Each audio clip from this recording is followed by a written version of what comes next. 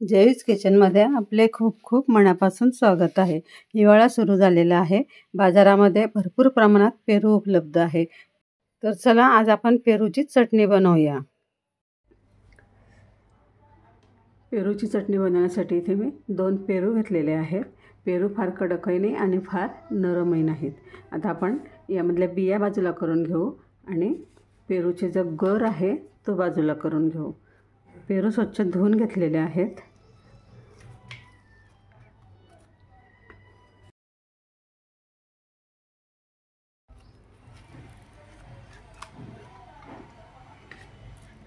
बिया फार कडक असतात, त्यामुळे मी बियांचा भाग सोडून दिलेला आहे।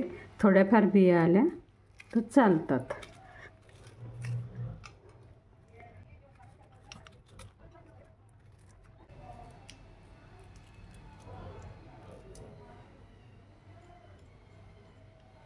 वर जितक्या काढता येतील तितक्या बिया आपण काढून घेणार आहोत। आपण जर पूर्ण बिया काढायला गेलो तर त्यात गरज शिल्लक राहणार नाही, म्हणून आपण फक्त वरच्या वर जितक्या निघतील तितक्या काढून घेणार आहोत।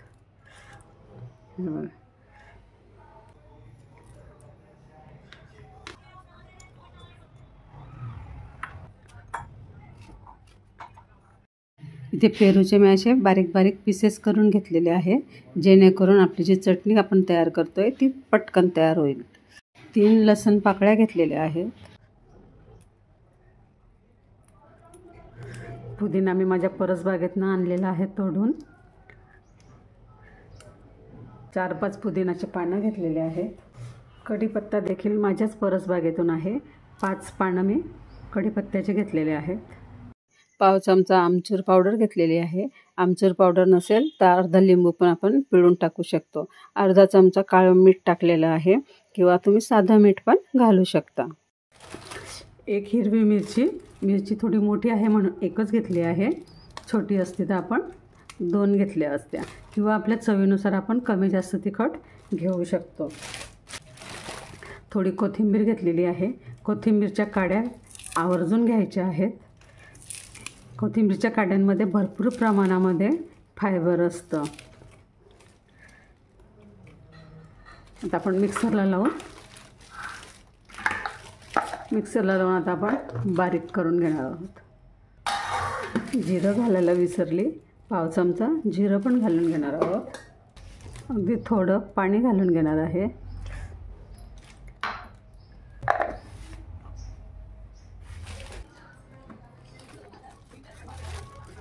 तुम्ही जर माझ्या YouTube चॅनलवर नवीन असाल तर लगेच सबस्क्राईब करून घ्या। व्हिडिओ जर आवडला असेल तर कमेंट करायला पण विसरू नका।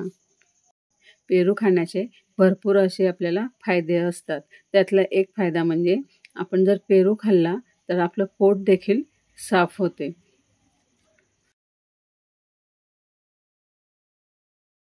व्हिडिओ जर आवडला असेल तर प्लीज लाईक, शेअर, सबस्क्राईब करा।